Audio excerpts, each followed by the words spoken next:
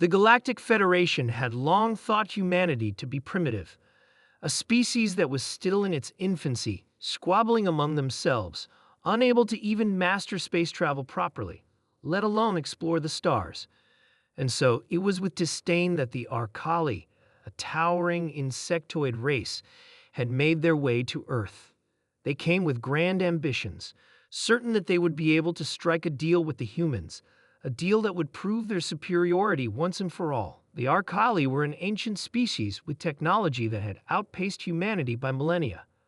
Their ships, shaped like massive crystalline towers, hovered ominously over the largest cities of Earth, signaling the beginning of what the Federation thought would be their domination. Earth was now a small, insignificant world in the vast reaches of the universe. The Arcali were prepared to make that fact known. The humans, for their part, had long known about the Arcali and their reputation. They'd heard the rumors, their condescension, their ruthlessness. But humans had always been underestimated. It was their greatest strength, one that had saved them countless times. As the alien ships descended, humanity prepared, not with fear, but with resolve. They'd been preparing for this day for years, secretly studying the languages of all the known alien species. They'd learned everything they could about the Arcali, including their language. In the heart of the largest city, where the Arcali ship touched down, a delegation of Earth's leaders stood ready. The Arcali, with their exoskeletons glinting in the sunlight, disembarked, towering over the humans like giants. The air crackled with tension as the first words were exchanged. The Arcali delegate, Queen Zoraka, a formidable creature with sharp mandibles and multifaceted eyes, spoke first. Her voice echoed, cold and commanding, as she addressed the humans. "We come to speak with your leaders, the so-called humans of Earth," she sneered. "We offer you an alliance, though you are not worthy of it. You have no place in the Galactic Federation, but perhaps we will tolerate your existence if you are useful." The humans stood stoic, waiting for the moment. They had been prepared for this insult, and it was time to show the Arcali just how wrong they were. The head of the human delegation, a man named Captain John Carter, stepped forward.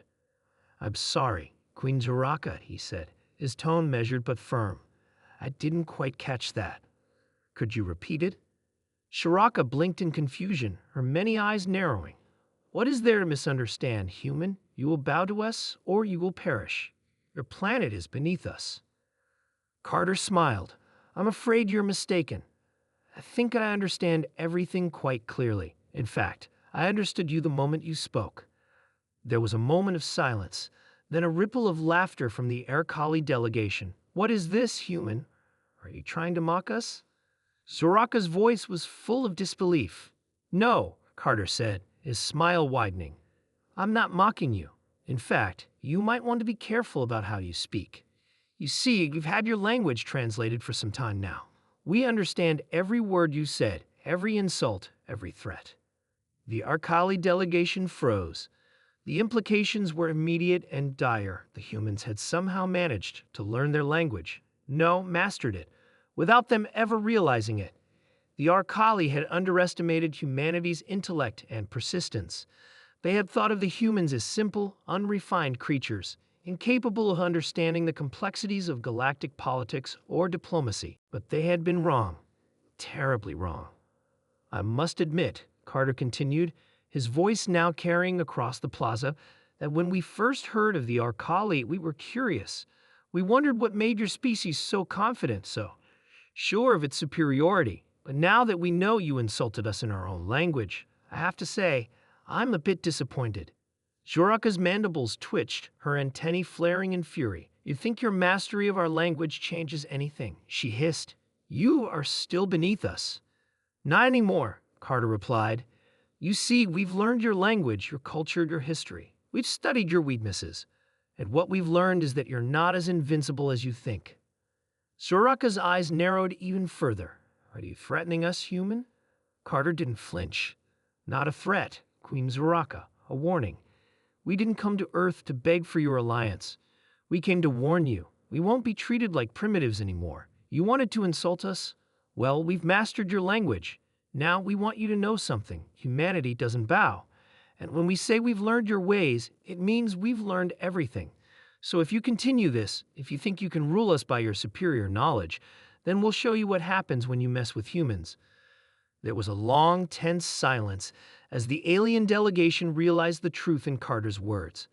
The humans were no longer the fragile knave species they once believed them to be. The tables had turned, and the Arcali were now the ones at a disadvantage. "You," Sharaka began, her voice faltering. "You have the nerve to challenge us?" Carter nodded. "Yes, we do. You'll find out soon enough that it's not just about language.